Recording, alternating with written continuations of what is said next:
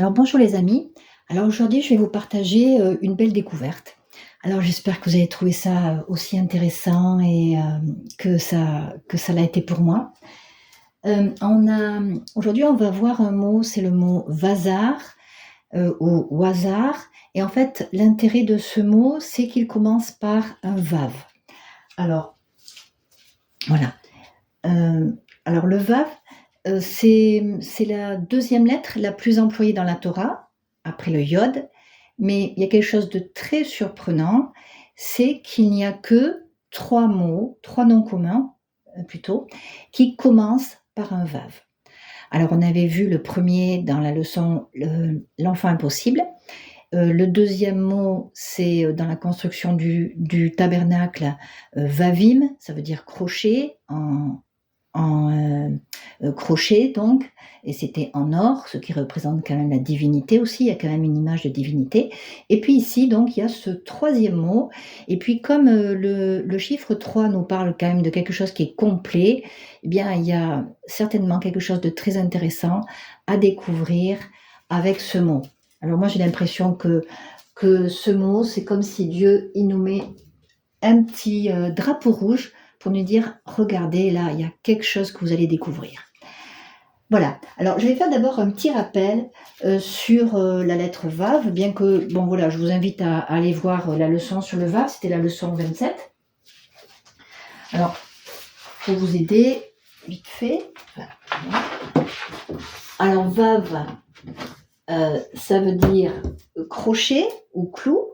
C'est la 6e lettre de l'alphabet, c'est le chiffre 6 qui lui est associé, et le 6 étant le chiffre de l'homme, donc on voit aussi dans Vav un homme.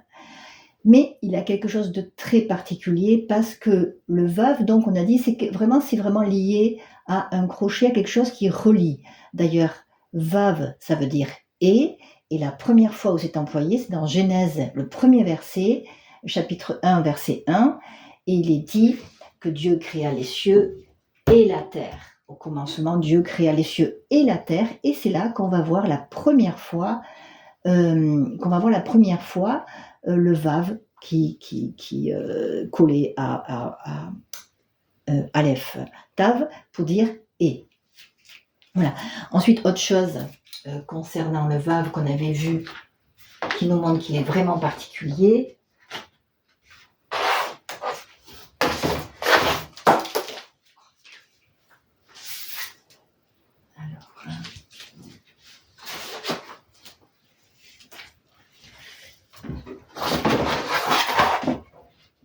Alors, on avait vu que dans le Aleph étant une lettre composée, et donc une lettre composée où on voit 2 yods qui représentent des mains, on voit le yod du haut, ça représente la main de Dieu, le yod du bas représente la main de l'homme, mais ils ne peuvent se rejoindre. Et c'est le Vav qui va s'incliner, qui va s'humilier et qui va permettre à la main de Dieu de rejoindre la main de l'homme. Donc vous voyez vraiment dans le Vav, il y a vraiment quelque chose d'important. On voit que dans le Vav, Dieu réconcilie l'homme avec lui-même. Alors on va voir donc ce verset où il y a ce troisième mot qui commence par Vav.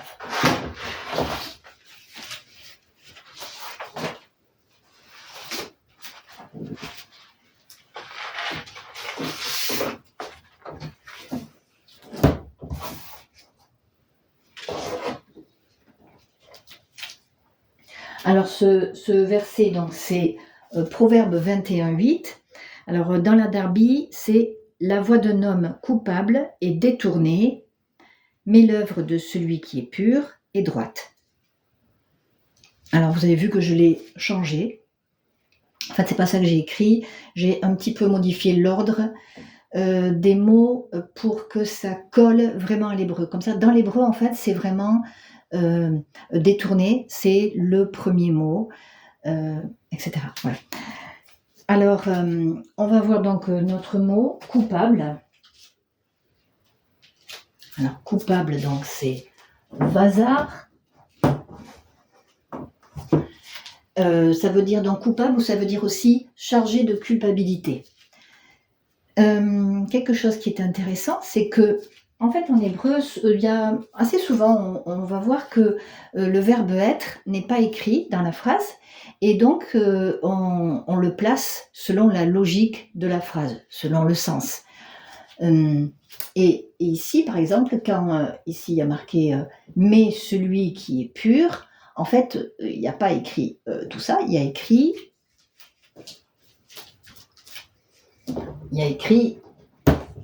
et pur. Et pur. Alors, je ne suis pas en train de faire une modification de la traduction, parce que la traduction qui est là, elle est très bonne, hein, mais je suis juste, ce qu'on peut voir, c'est qu'en approfondissant l'hébreu, et surtout par rapport à, ici, là, ce drapeau rouge que Dieu nous montre, eh bien, il y a un deuxième sens. Il y a quelque chose de caché. Et ici, par exemple, eh bien, du coup, puisqu'ici, c'est vazak, c'est et pur, ça donnera donc détourner et la voix de l'homme coupable et pur. Non, c'est très étrange ça. Hein, c'est étrange. Et afin de mieux comprendre, on va regarder ce mot détourner. Parce que c'est la première fois et la seule fois où le mot vazar est utilisé. Donc c'est bien de regarder un petit peu ce qui est à côté.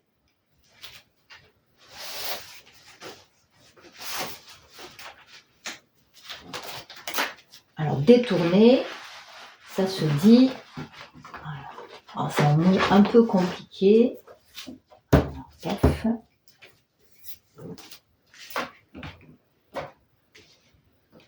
Alors, ça se dit afar par. Ça veut dire donc détourner, tortueux, changeant. Et ici, il y a donc la racine de ce mot. Eh bien, c'est afar. On voit, hein, c'est les mêmes lettres. Ici, le kaf, comme c'est devenu un kaf final, il a donc la forme finale. Et ça veut dire renverser, changer. Alors, dans le verset qu'on a lu, quand il est dit « détourner est la voix de l'homme coupable », voilà pourquoi elle est détournée, sa voix, parce qu'il va faire semblant d'être innocent, alors qu'en fait, il a mal agi. D'accord ?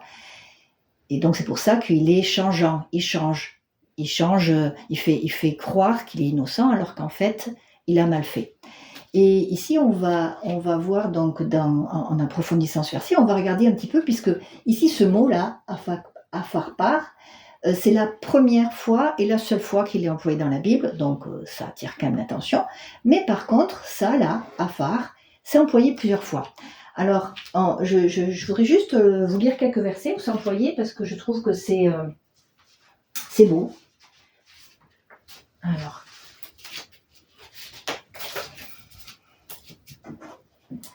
je les prends.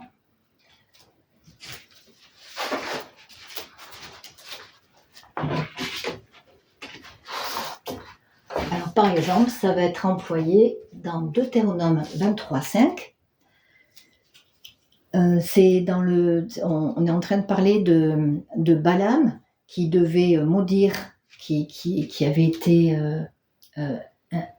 amené par un roi ennemi pour maudire le peuple hébreu, et il est écrit « L'Éternel ton Dieu a changé pour toi la malédiction en bénédiction ». Alors,